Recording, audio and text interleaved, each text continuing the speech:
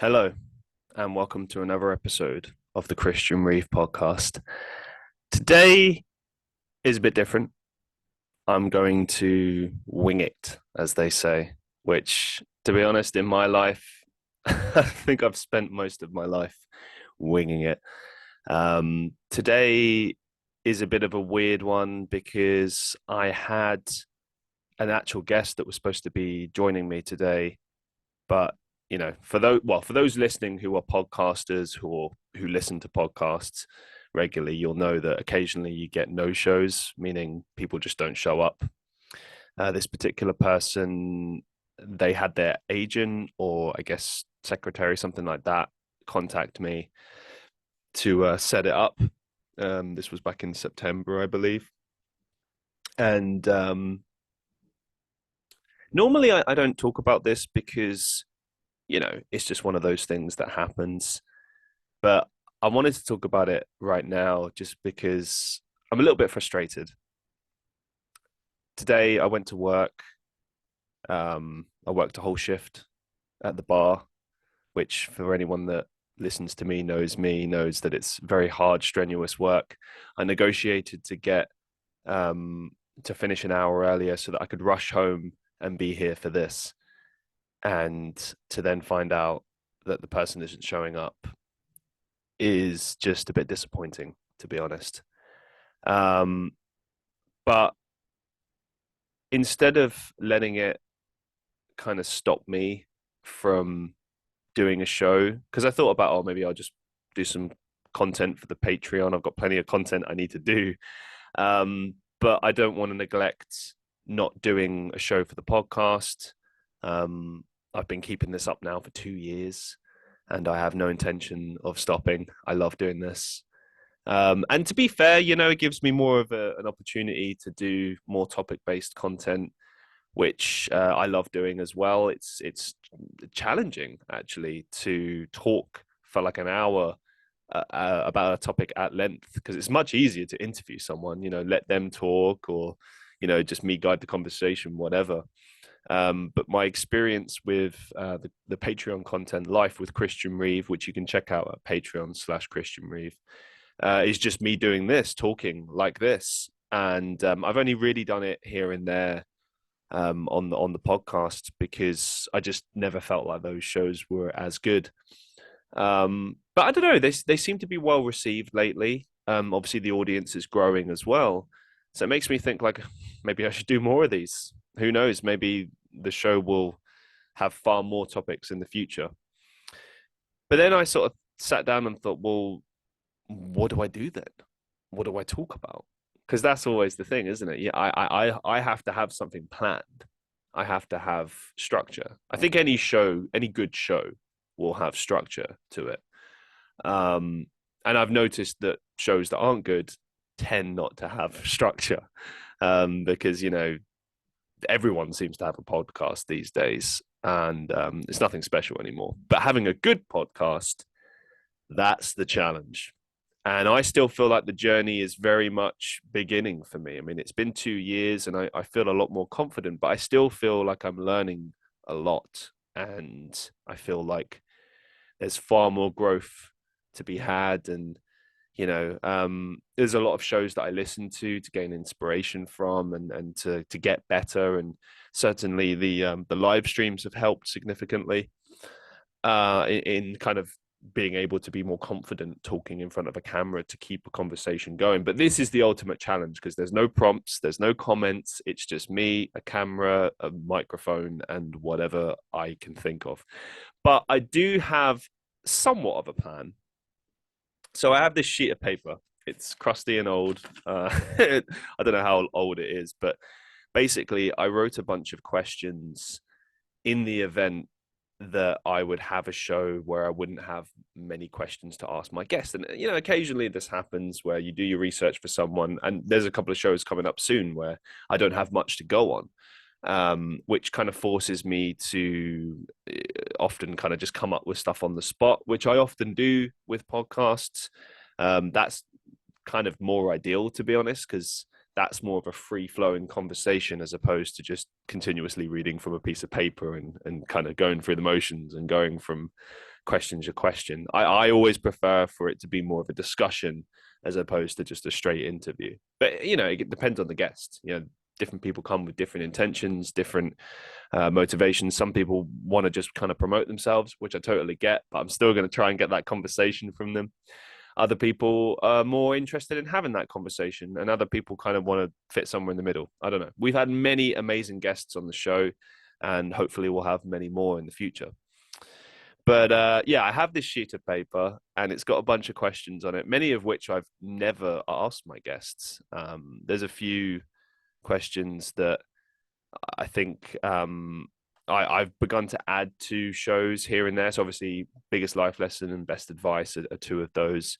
One that I've started adding recently is, what would your legacy be? Or how I've written it is, what would you like your legacy to be?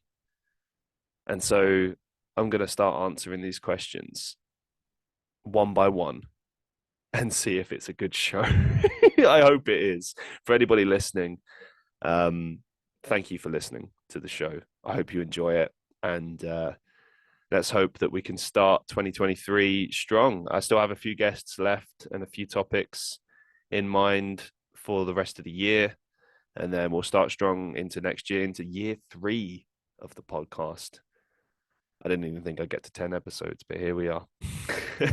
So, what would you like your legacy to be? I think this is one of those questions that changes all the time in terms of the answer. For me, I think I would like it if, you know, every time I do a show, there wasn't sirens going past and ruining it. This has happened so many times. Okay, we'll come back to that. We'll circle back. Might as well talk about this. So I live right next to a main road. You may or may not be able to hear all the loud traffic that's going past right now. I can hear it. It's deafening. The worst thing you could ever have on a podcast is dead air. And I think I've worked hard not to have that. But every now and again, there'll be a loud sound or a loud noise or a siren, and it's deafening. And I can't tell how loud it is in the final mix, until I hear it afterwards.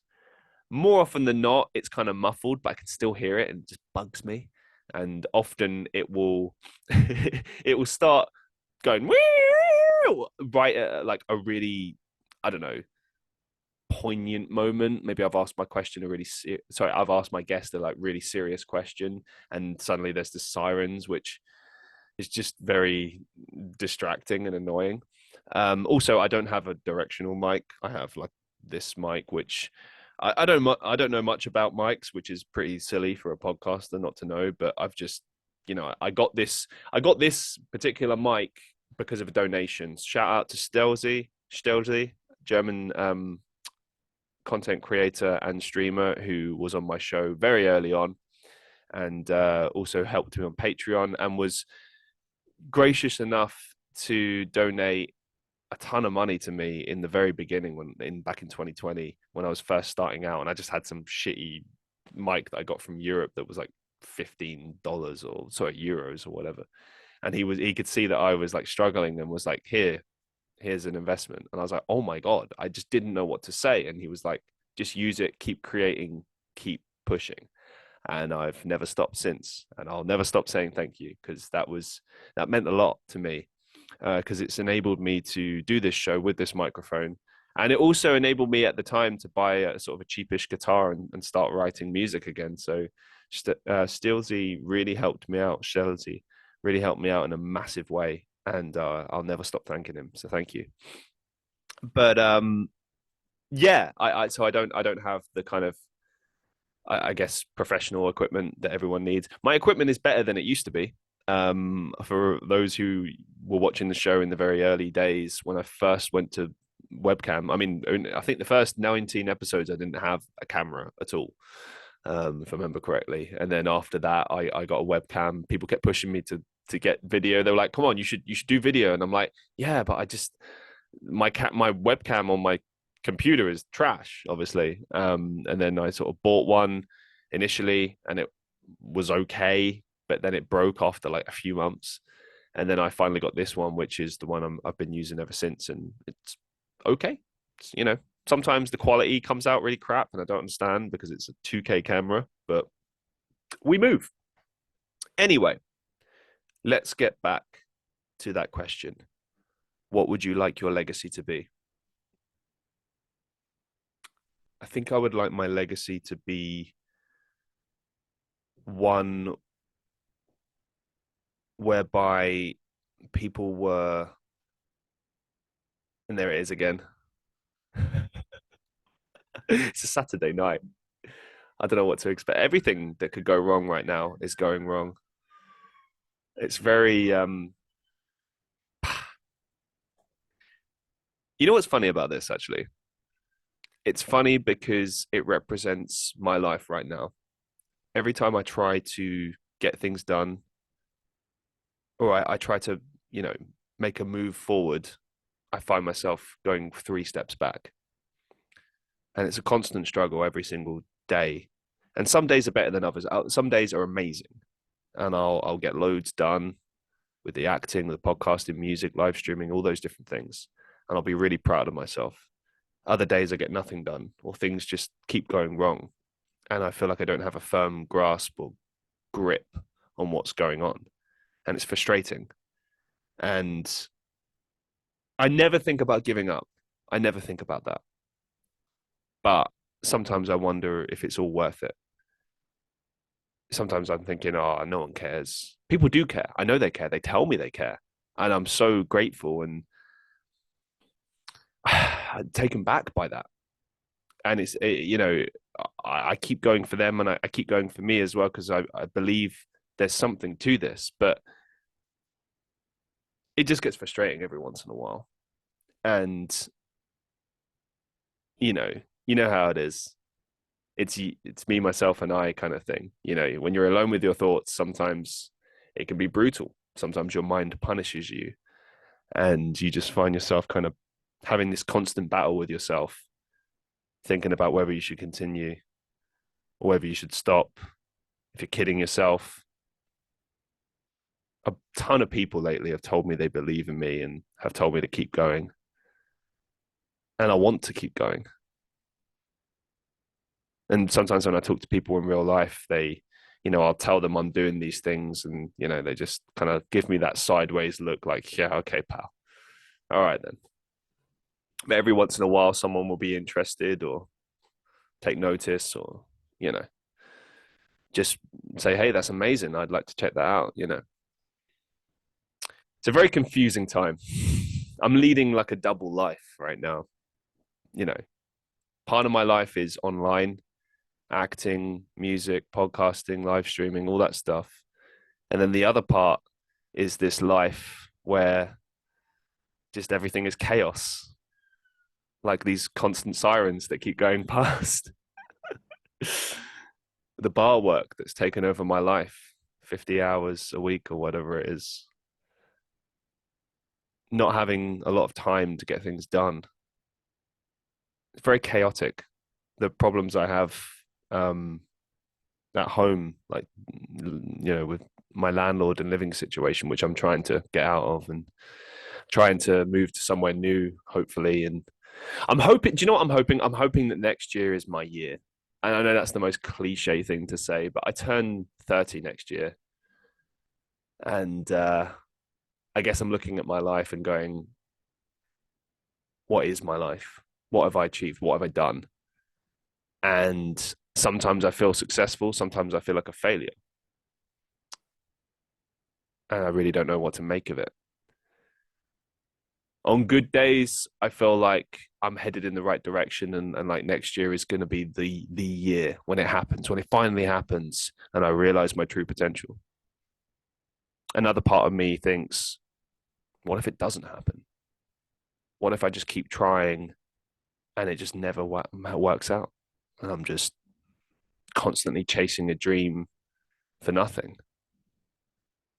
I love doing this. I'll never stop doing this, but I think my heart would break if it never happened.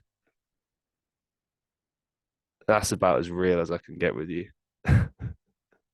Maybe that's what this show is supposed to be today, about me being as candid and as real as I can be with you, about where I kind of see things going and what I think. Um, I desperately want to succeed, but it's not about money. It's not about fame, status, any of those things. It's like an inner drive inside me. It's like something deep within telling me that I need to do this. Like if I don't do this, I'll just be miserable. And for years, when I was working in corporate marketing abroad, and I was doing all these things, and I thought I was happy, and then I wasn't, and I got frustrated and angry at myself. I was like, why are you unhappy? What's wrong with you? You've got your degree, you've got work, things are looking up, pal. Like, it's cushy. You just sit at a desk and do your marketing thing, and it's easy and you get paid for it. But something felt wrong. Something felt like it was missing from my life. And inevitably it was creativity. Can't even say it properly. Creativity, all things creative. I thought it was just music and the fact that I'd given up on that dream, but it was so much more than that. When I discovered acting and I discovered voice acting and, just doing content creation, when I started believing in myself that I could do this, that's when things started changing. When I started thinking, hey, maybe I do have something. Maybe I'm not that person that's constantly overlooked. Because that's certainly how I felt my whole life. I've constantly felt like I'm having to prove myself to everybody. I've constantly felt like I'm a nobody. I've constantly had people telling me like, oh, manage your expectations, buddy. You know, make sure you realize, there's limitations. Make sure, you realize you're not that big. You're not a big deal. You're not special. You're not talented. You know, I had it all when I was younger. I was told that I was stupid. I was told that I spoke too much. I was told that I would never amount to anything. I heard it all. And in the early years, it used to really get to me. And then something changed and I started getting angry and annoyed in it. And I started sort of developing like a chip on my shoulder where I was like, no, fuck you. Like, why? Why? What gives you the right to tell me that?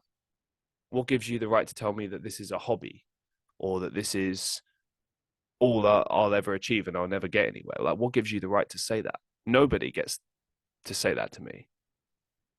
And in the end, it's all just opinions and it doesn't matter. What matters is what your soul is telling you. What does your inner voice, whatever is in your heart, what does your heart tell you? That's what you should follow. That's what I think I should follow.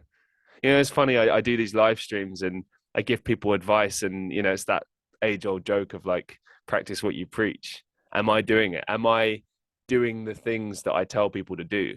Yes, I am. Do I really believe in all of it? I try to. I really try to.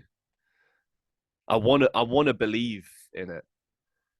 Just like I want to believe in things like, finding the one, being in love, all that stuff, all that romantic stuff, all the stuff I grew up seeing in movies and films and God knows what else. And just wanting to believe in all of that, wanting to believe in that dreams come true and all of that. Seeing people realize their dreams and potential around me and thinking, that could be me.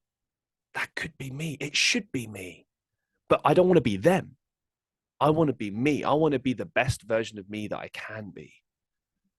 I really believe I could do this. But again, it's not about money or fame or any of those things. It's about my inner voice telling me that that's what I need to do with my life. Telling me that I've got something to give to the world. I don't know what it is. Maybe I'm just deluded. I don't know. But I feel like I have something to give.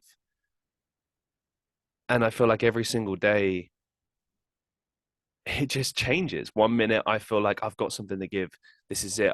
I'm doing it. I'm doing it like it's going somewhere. The next day I feel like, what am I doing? I'm just kidding myself. And I constantly hear about stories of people who finally got there one day going through the same thing. And It's like I heard that story about that guy from The Office. I think his name's John Krasinski, or however you say his name. He's now a big, massive movie star. But before he got The Office, the story goes that he moved out to wherever it was, New York or somewhere, to pursue acting. And he was working in similar jobs to what I'm working in, bars, restaurants, wherever. And he said to his mum, like, "Oh, hey, this is the amount of time I've put into this. If it gets to this point, and I come to you and I say, oh, I'm done, like, just, you know, I'll come back and I'll end it," kind of thing, but he wanted her to know that. And then what happened was he was pursuing it and it just wasn't working out. And he said to her, "Oh, I'm about ready to quit." And then she told him, "Just go on a few more months." And so he was like, "Fine. Okay, sure. What does a few months hurt? I'll do it." And in those 2 months, that's when he landed The Office and his life changed forever. And I hear about stories like that and I'm just like, what if I gave up and then the opportunity was right around the corner? What if I gave up and the next day, that would be the day that I signed a contract and became like this big movie star, or landed some big voice acting roles, got to work on Family Guy or something, get to work with Seth MacFarlane. That would be a dream of mine, by the way. Whatever, just various different goals that could be actualized, could be realized, and they're just a slither away, just a little bit further away. Stories like that make me think that's why I should keep going. But the bigger reason is all those people that do believe in me and do care and do listen. Now I feel like a sense of responsibility to those people. And that's one of the reasons why I'm doing this show today. It's because I do have this responsibility now to provide content, to create good, meaningful content. And look, it's subjective. I know that some people will listen to this and think that this show is complete arse. I'm sure people will listen and be like, "What's this guy rambling on about? Who does he think he is? Does he think he's like next Joe Rogan or something?" Well, I want to be. Not like I don't want to be identical. I want to do my own thing, but I would like to try and give it a go and see where I could go with it. I think that's kind of a big thing as well. I'm not necessarily trying to be like the world's best podcaster or something, but I am trying to see how far I can take this, see where it could go, what it could lead to, what I could achieve. I feel like I'm forging something right now. I don't know what it is, but I feel like I should just keep going and keep trying and see where the journey takes me. And that's kind of just how I live my life a lot of the time. It's like, let's just find out. Let's see what happens.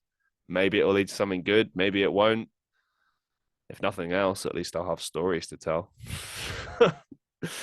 Should we finally answer that question then? Because it's like the third attempt now, and there's been so many sirens that ruining my blooming podcast. What would I like my legacy to be? Well, I think I've touched on it a little bit so far, but I guess I would like people to look at my body of work and think there's a man who tried his best and put his heart and soul into everything he did. I would like it to be meaningful in some way, maybe get people thinking in some shape or form, and hopefully inspire or create joy. I think that's what I would like my legacy to be. That, and to inspire kindness in everybody. Some of my heroes include people like, Robin Williams, who just lived. He was such a talented, like, actor and comedian, but probably the best thing about him above all else was his kindness. How kind and genuine he was. What a pure soul he was. I think that is the ultimate goal. Be the purest, most kindest you can be. What's the biggest life lesson you've learned so far? I think someone asked me this one time and I wasn't sure how to answer it. And they were like, "Oh, no, it's Uno Reversa. They flipped my own question on me." This one changes all the time. I think the biggest life lesson I've learned, I mean, it could be many different things, but I'm going to say be yourself, and be yourself absolutely. Stop caring about what everybody thinks. Just be you. No one is perfect. The goal should never be to pursue perfection. The goal should be to be the best version of yourself that you can be. That, I think, should be the goal. And that's what I try to do. That's what the gym stuff is. That's what everything you see me doing online is. It's not just about, like, I don't know, looking good, um, feeling inspired, whatever, like working hard. It's about like trying to be the best that I can be better than I was. They say comparison is the thief of joy, and I agree. But at the same time, I think you should constantly be comparing yourself to what you once were, who you once were. You know, one of my favorite shows is Doctor Who, and I think one of my favorite, the reasons why it's one of my favorite shows is, you know, because every single doctor is completely different and teaches different lessons and has different stories and different personalities and whatever. And I remember one time when Matt Smith was about to leave, his speech at the end, you know, he was talking about being the doctor, but it was a comment on human life and how, you know, we are many different people throughout our lives. And it's amazing to think about. When I think about how I used to be 5 years ago, 10 years ago, they are different people. If they would sit down in a room together, they wouldn't get on. 10 years ago, I was what, 19? 19-year-old me would be proud of me now, but also probably annoyed because 19-year-old me was negative minded and frustrated at the world and angry and everything, and just thought that anyone who was positive was preaching bullshit. You know, like drinking the Kool-Aid kind of thing. Whereas me now, like, look, I'm not Captain Positivity in the sense that I don't walk around constantly with a smile on my face, like everything's great. You know, I'm a realist, but at the same time, positivity is a mindset that you have to have. It will change your life. Trying to see the positives in things. I don't think being positive is about never being negative or you know, never allowing yourself to be sad or depressed or whatever. I think it's more about just kind of trying to see the positives in life, trying to be exercise gratefulness in life. Maybe, I don't know. Again, I'm still figuring it all out. My 20s has taught me so much, and next year we'll do an episode when I turn 30. We'll do an episode reflecting on what I've learned in my 20s. But one thing I will say about it is that the lessons keep coming and they don't stop coming. And sometimes they're really hard. Sometimes they're a bit easier. Mostly they've been pretty hard, but necessary. And I know it's probably weird to say, but I'm just going to say it. I'm proud of myself because I remember how I used to be. And I'm glad that I'm not like that anymore. I'm glad that I've gotten better and improved my mindset. And I wish that for everybody else. I wish whoever is listening to this or watching this, I wish you the best in becoming the best version of you that you can be. One of my main life goals, well, I guess this ties into the legacy thing a little bit. But you know, it's pretty simple stuff. I just want to be a full-time actor for the most part. I want that to be my main profession, either voice acting or acting. I think there might be more potential with voice acting. Maybe I just don't have the look for acting. Maybe, I don't know. I am a bit weird looking. I know I've got like a slightly lazy eye, and I know that I've got like a massive forehead and a bit of a turtle face or whatever. Um, you know, I'm sort of average looking, I guess. Whatever, you know. But voice acting, it doesn't matter how you look; it's how you sound. And I love doing it. You know, I would love to do on screen stuff. I'd love to do more of it because I like to use all of my body in the performance, and I really feel like you can really convey a lot of emotion in when you're doing on screen acting. But if it's just meant to be voice acting, I would consider that a real success, and I would love that. I think there's quite a few goals I have with voice acting. One of them would be to voice a character that's completely original and new, um, and hopefully beloved. I'd love to create a or voice a beloved character that people remember and enjoy. And I would love to meet those fans and celebrate with them and enjoy that. Do you know what I mean? I think that would be awesome. I would love to just voice a lot of different characters because I just think that would be fun and challenging. I would love to work with Seth MacFarlane because he's one of my absolute heroes. Um, it'd be fun to appear in like The Simpsons or something, Family Guy, whatever show. I would love to do all that. Um, I would love to release a record one day for my music. I've written a lot of songs over the years, and it would be good to just get it out. I don't have to be like a successful touring musician or whatever, but it'd be nice to just be able to put my music out there and have it out there.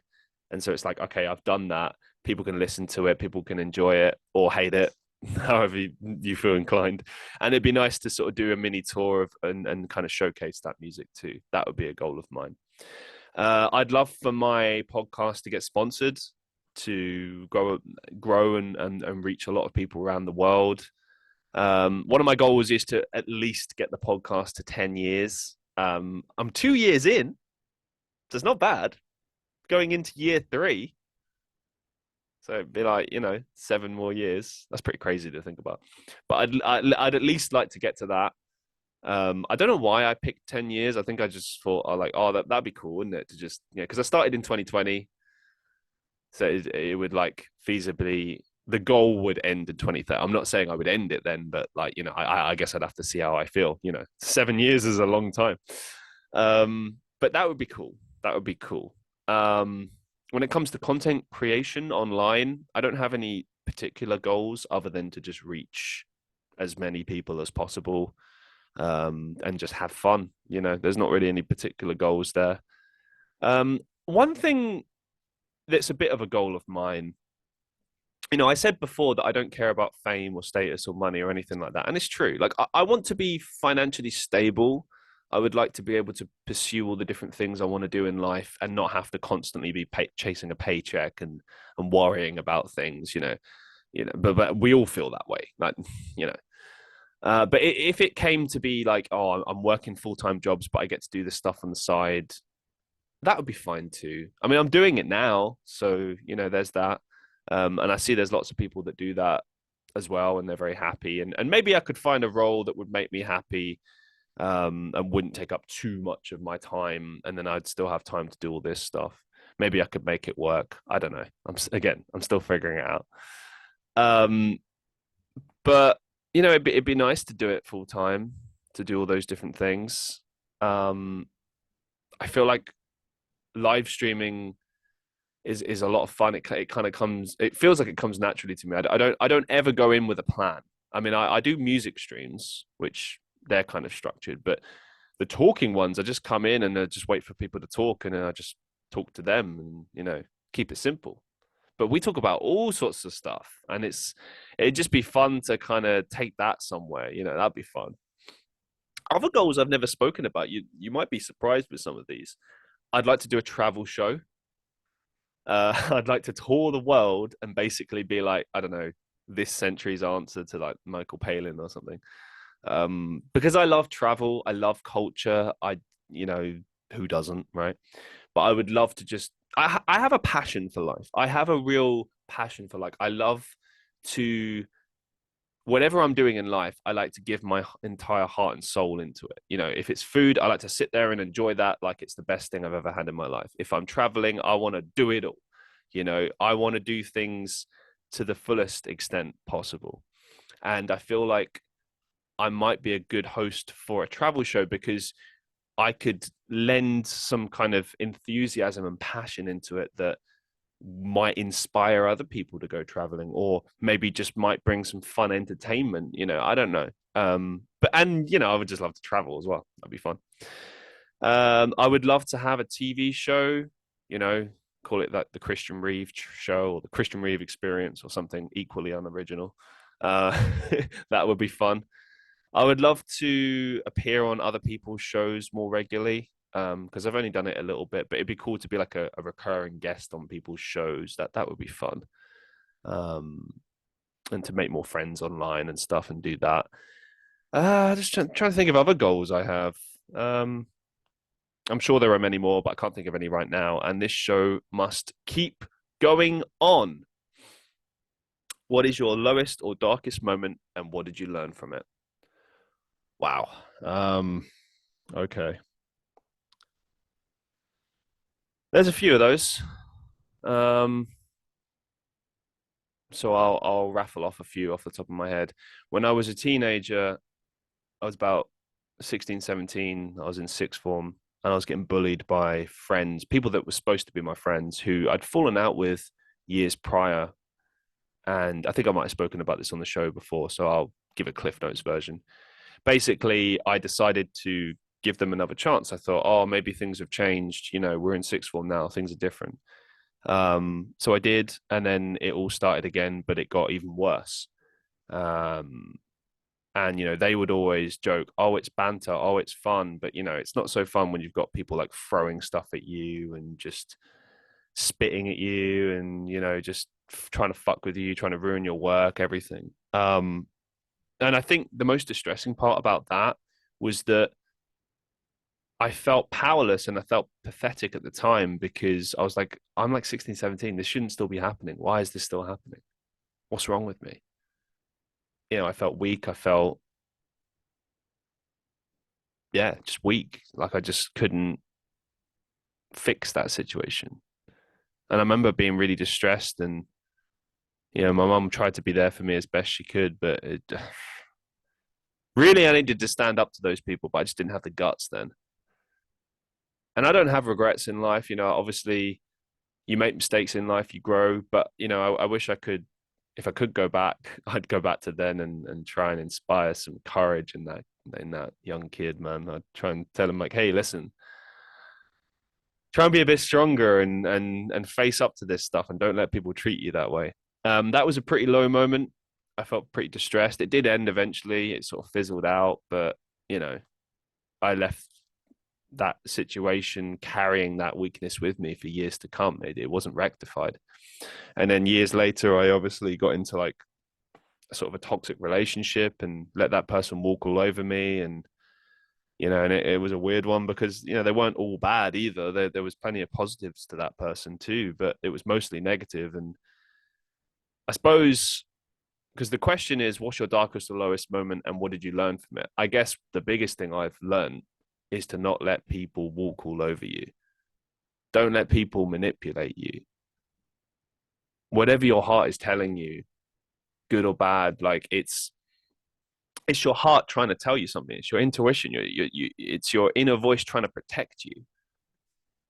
And I guess I never listened to that. I chose to ignore it. I chose to be like, oh, you know, I'm being too weak. I need to be stronger. You know, like with this person, like I was constantly told that I was not good enough, that I was getting things wrong, and you know, the problem was that they just weren't a very empathetic person. But there were plenty of things I needed to learn, and I did years later. But again, that's the case in point.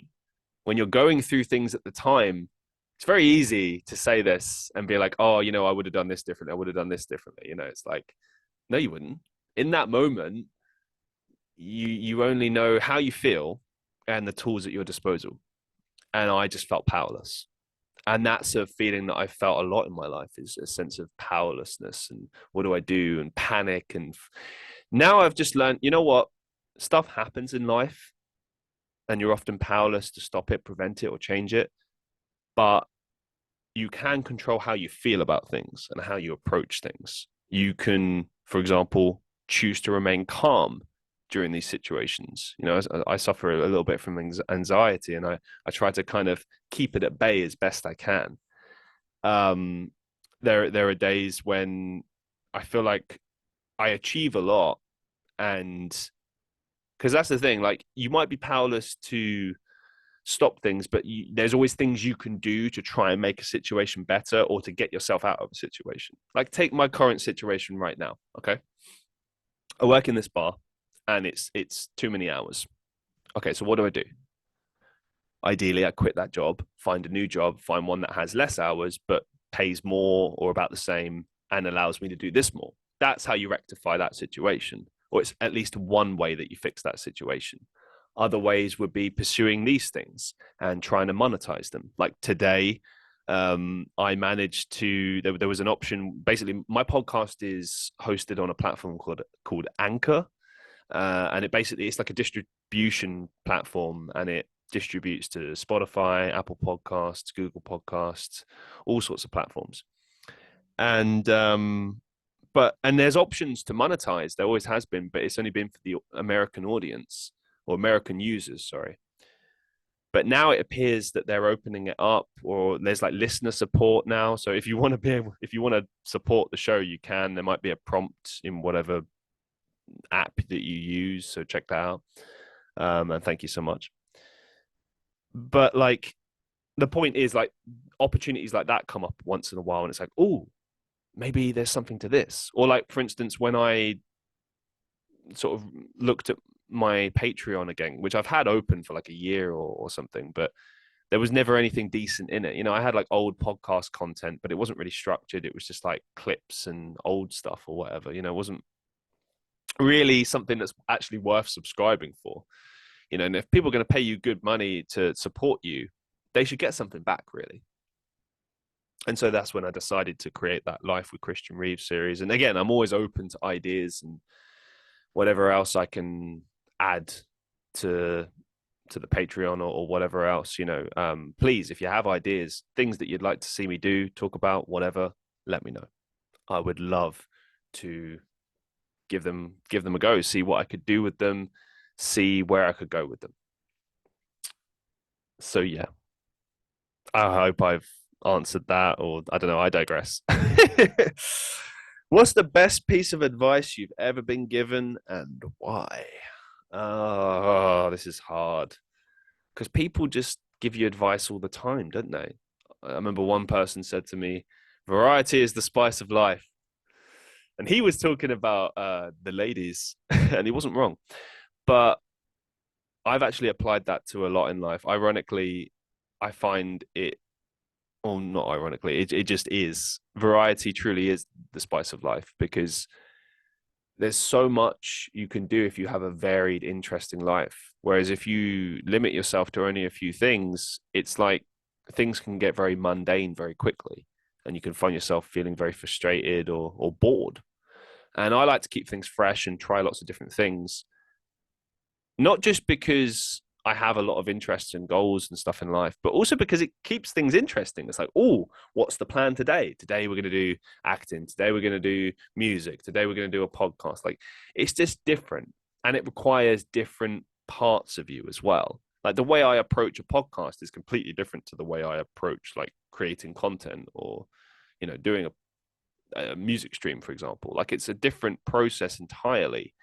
And it going back to like the whole thing of like getting the best out of yourself, I think it forces you to do that constantly. It forces you to reevaluate things all the time, and also like keep doing that as well, being consistent with that. So okay, yeah, I've done a podcast for nearly 3 years, but that doesn't mean that I'm now just suddenly like a really awesome podcaster and now I can just sit on my laurels and everything's fine. Like, even if I was one of the most successful podcasters ever, I would still always think like, well, there's ways that this can be better. There's things we can improve. There's things we can change. There's things we can monitor, etc. And I try to sort of employ that mindset as much as I can when I can. What do you value most in life, and why? Oh,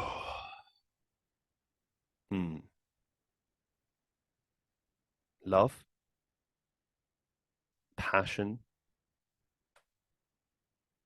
and people. Love, because you have to have love in your life.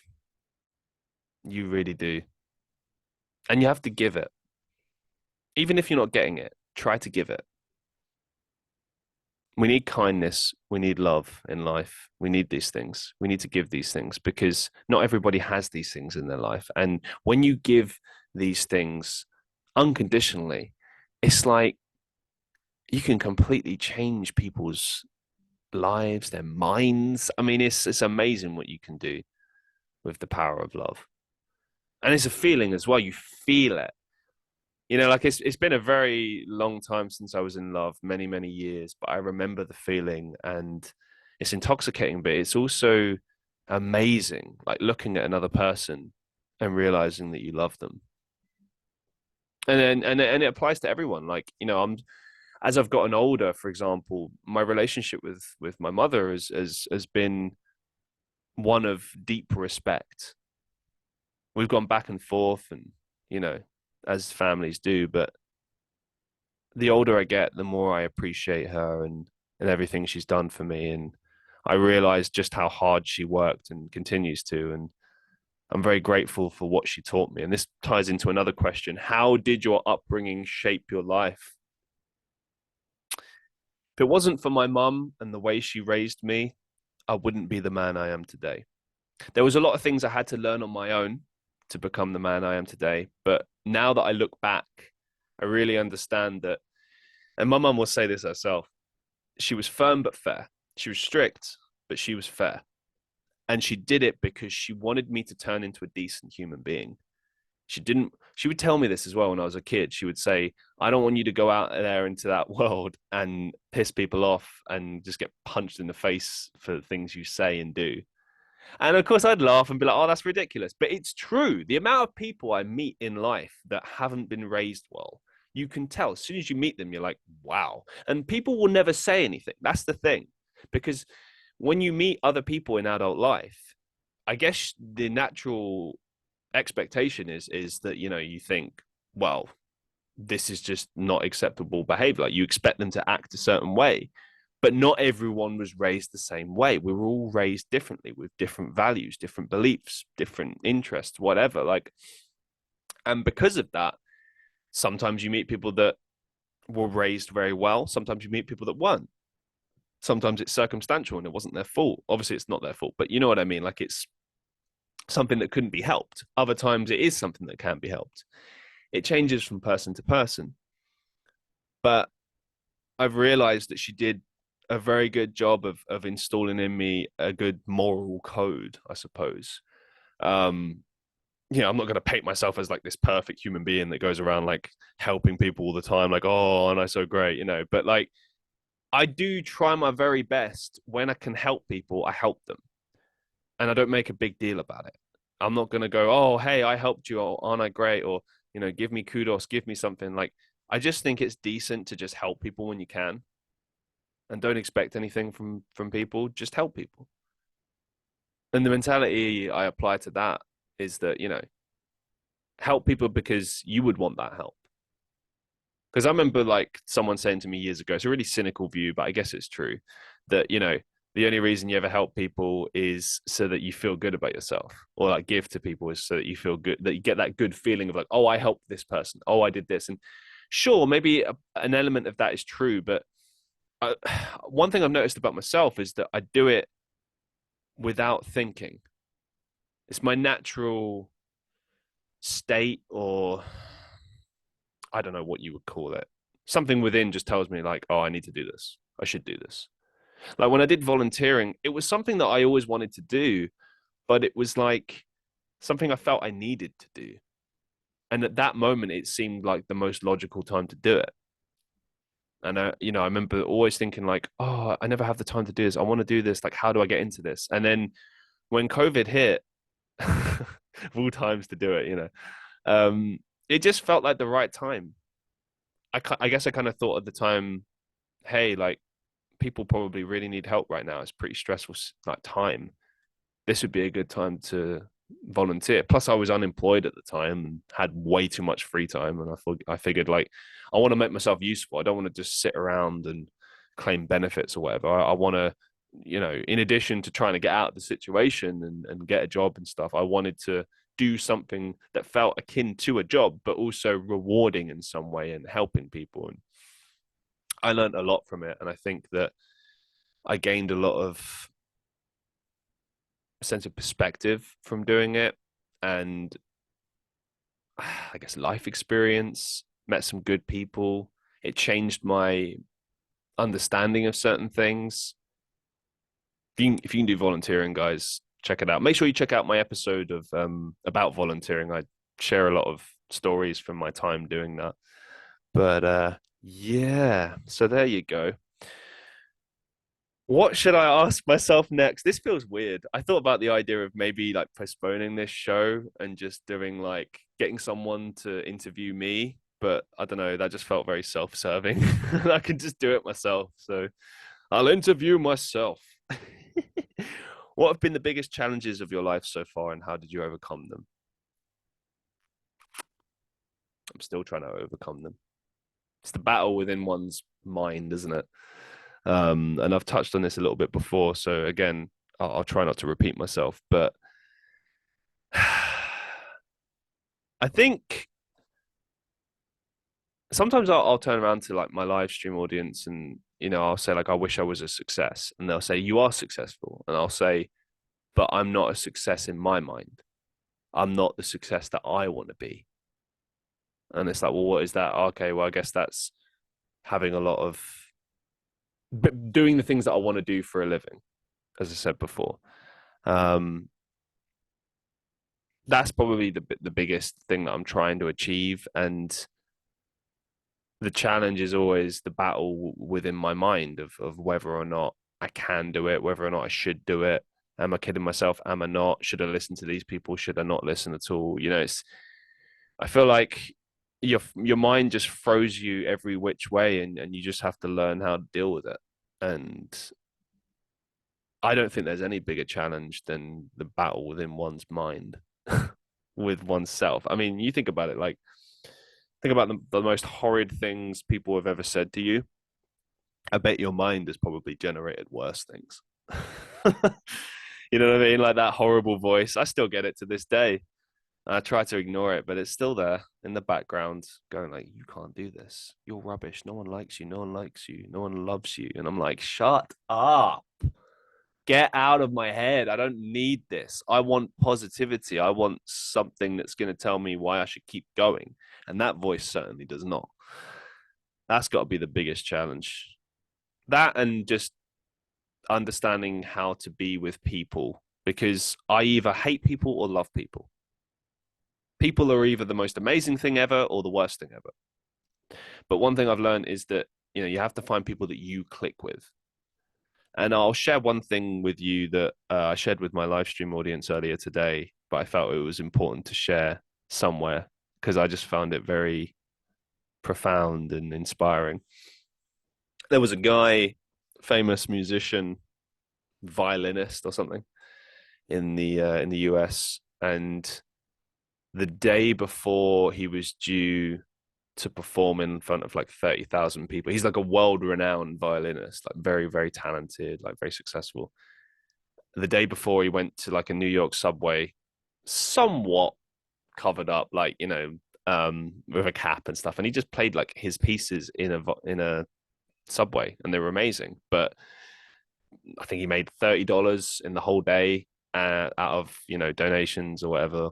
And people didn't really appreciate it. And the lesson that was sort of given with this particular story or this experiment is you have to be in front of the right audience to be appreciated. And I think this is true of like friendships as well. Like the wrong people will just not appreciate you, and you'll be forever banging your head against the wall, and they'll doubt you. They won't understand you. They'll think you're weird. They'll think you're, kidding yourself for trying to pursue your dreams, whatever, but they're not the right people for you. And you can't force who you click with. That's another thing as well. You might desperately want to get on with certain people, but sometimes you just can't.